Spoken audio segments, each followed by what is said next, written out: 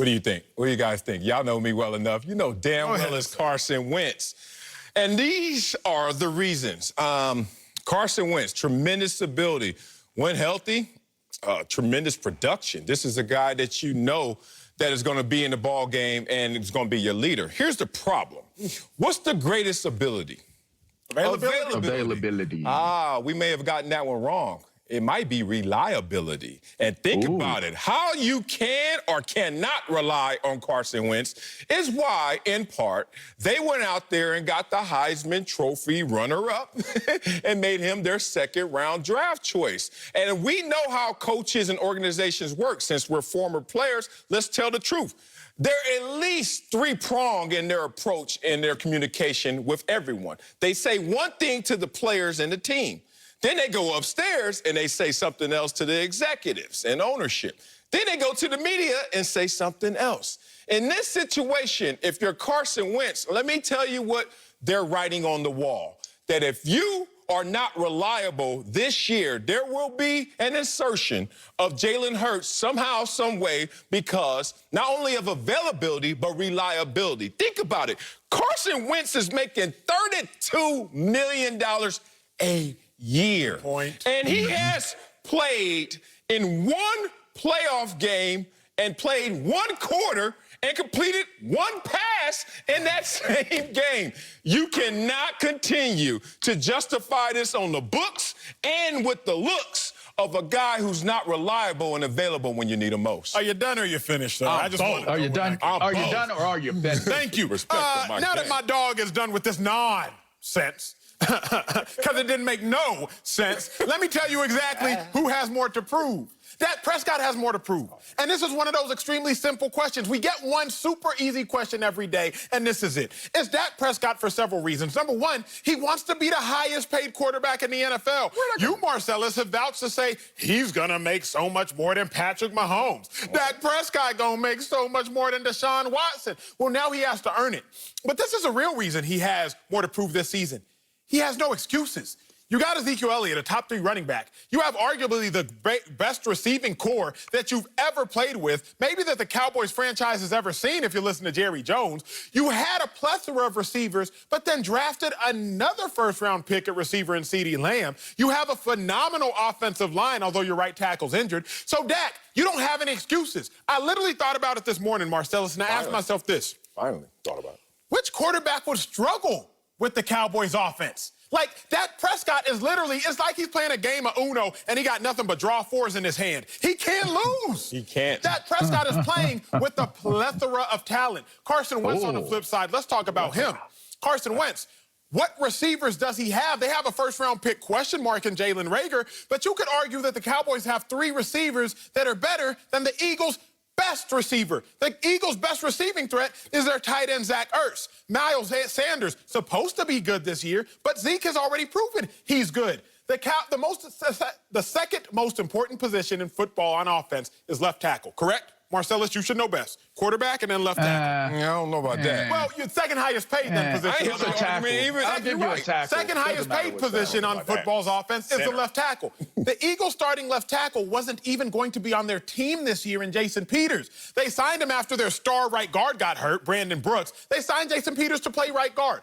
Okay, then their starting left tackle got hurt, former first-round pick. Hey, JP, can you move to left tackle? So the second most important position on the Eagles' offense is being commanded by a guy that they didn't even want on the roster at the outset of the offseason. So, Marcellus, I don't know how, with all the intelligence you have, with all the Columbia schooling you went to, you deduced that Carson Wentz has more to prove this year than Dak. Yeah, I got to come back at you. Sorry, Lavar Arrington, but I must do this. Go ahead. You know, it's interesting. I've seen so many careers shortened just because of injury. I could think in other sports, Greg Oden comes to mind, where you were like, damn, that dude was a beast, but... And Carson Wentz is a beast, but we're not seeing it finish. We're not seeing it through all the way to the finish line. So you can't justify these numbers. Then you try to give me an understanding that the Eagles are going to grade Carson Wentz based on the talent that the Cowboys have. That ain't how it works in the NFL. We don't give a damn if they got 9 receivers better than you do, Carson Wentz. You better make it work with the ingredients in this kitchen. And here's the thing.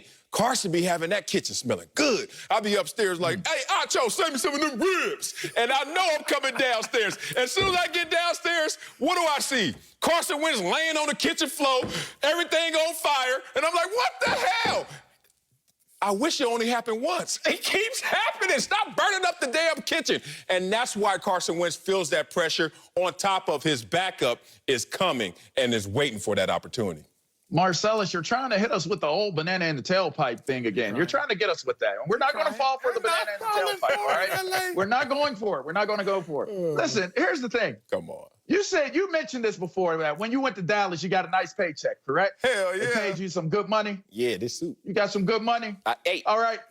But you didn't really pan out the way that they expected really you pan to out. pan Sucked. out. You, right? you ain't got a lot of people. I was horrible. I'm not going to speak strongly about your performance, but I'm going to just say you got the check that you wanted, even though they didn't get the ROI on what they paid you, correct? Yeah. All right. So at the end of the day, when you got that check, when you're sitting at home and you think about, man, like I got that check, are you really thinking about what your performance was at that moment, or are you okay with I got that check though? In that moment when the check in my hand, I'm thinking about that check. All the other seconds of the day of the week, I'm thinking about how sorry I am and I shouldn't even go get that check. But I'm listening. Okay. But now at the end, and you're retired, you still okay with that check? You ain't giving the check back, are you? Yeah. Cash rules everything around me. And that's why it's on Dak Prescott. The pressure is all on Dak Prescott because Carson Wentz, whether he proves out or not, all the things that you stated are integrity-based. The integrity of you're getting paid for this service, go give us an ROI on what it is. But whether he gets benched because of an injury, whether he gets benched because of not playing well, no matter what that is, he has already cashed in on, as you mentioned, making $32 million a year.